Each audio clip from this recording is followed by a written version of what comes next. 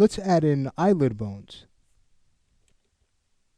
If we were to grab our head control and take a look, we already have channels to control the eyelids.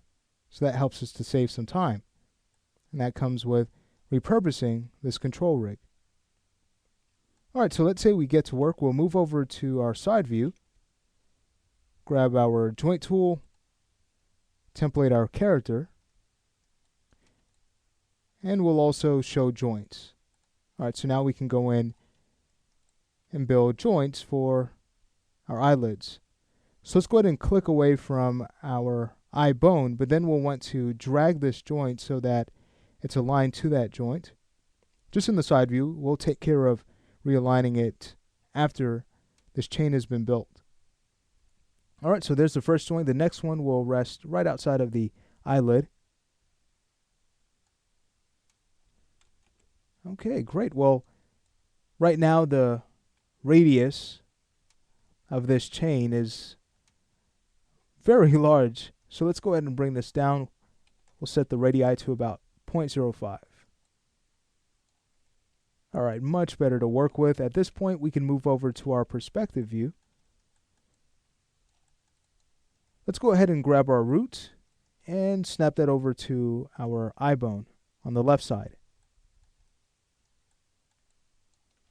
We can now rename this bone to BN L upper lid 01. And I'll go ahead and grab the end joint and rename it the same naming scheme, except as our prefix we'll use BE since it will not be skin to. We could also clean up its orientation to match its parent. So let's say we head over to our attribute editor. If you ever run into an issue where the attribute editor doesn't load, it's no problem at all. It's just a matter of reselecting the object and that will refresh it. Okay, so now it's just a matter of finding our joint orient attributes and zeroing out those parameters. Great. So of course what we'd want to do is create a bone system for the lower lid, and we could actually do that with ease by mirroring our top lid joint. So to do that, we'll first want to parent it to our eye bone. That way, the mirror plane is the eye bone. So when we mirror, it's going to mirror across that object. Okay, so from there, it's just a matter of going to skeleton, mirror joint options. And what we want to change here is our mirror across. We could also change the name, but no need to do that simply because we'll use it to mirror to the right side. So we could always rename the joints after they have been generated. But I'll go ahead and choose apply. After we have made sure that we choose XZ, we're still using behavior as our mirror function, and we'll understand exactly why we want to do that. Let's go ahead and choose mirror. Alright, so you can see that we've mirrored across our eye bone. And taking a look at things, let's go ahead and untemplate our character. You could see that the lower lid bone is roughly in the place it needs to be. We could also adjust its orientation, of course, in the attribute editor. Just going to the joint orient z-axis and bringing that down to fix its angle. That's much better. But here's the great thing about mirroring this chain. Now, if we were to grab both joints and rotate in the z-axis, you'll see in no time at all we can animate a blink using the same value. Okay, great. Alright, let's go ahead and rename this eyelid. So we'll go ahead and grab the lower lid, rename that to BN L lower lid 01. I'll now copy this, go to the end joint, and rename it.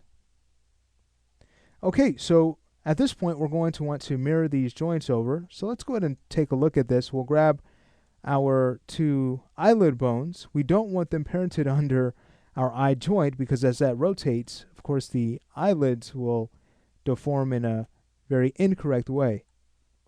So instead we'll want the eyelids to be parented to our head control. Let's go ahead and take care of that. You'll see that when we do, let's go ahead and take a look at our outliner. We'll go ahead and frame up our objects. Notice transform groups have been made to preserve the position of the eyes. Now, why are these transform groups coming up? Well, this has to deal with our character scale. So right now, let's take a look at this. Our transform group is set to a scale of 2. Well, what does that mean?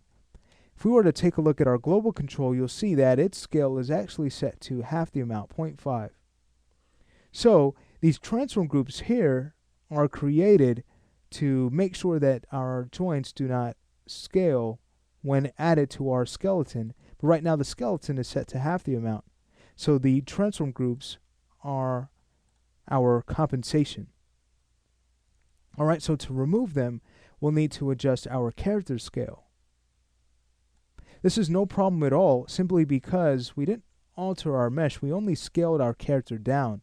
So we can still freely go in and scale this to a value of 1 and scale our mesh up to a value of 1. We may need to unbind the eyes, but that's no problem at all. So if you run into these type of problems, well, you know how to troubleshoot them. You know how to remove these transform groups.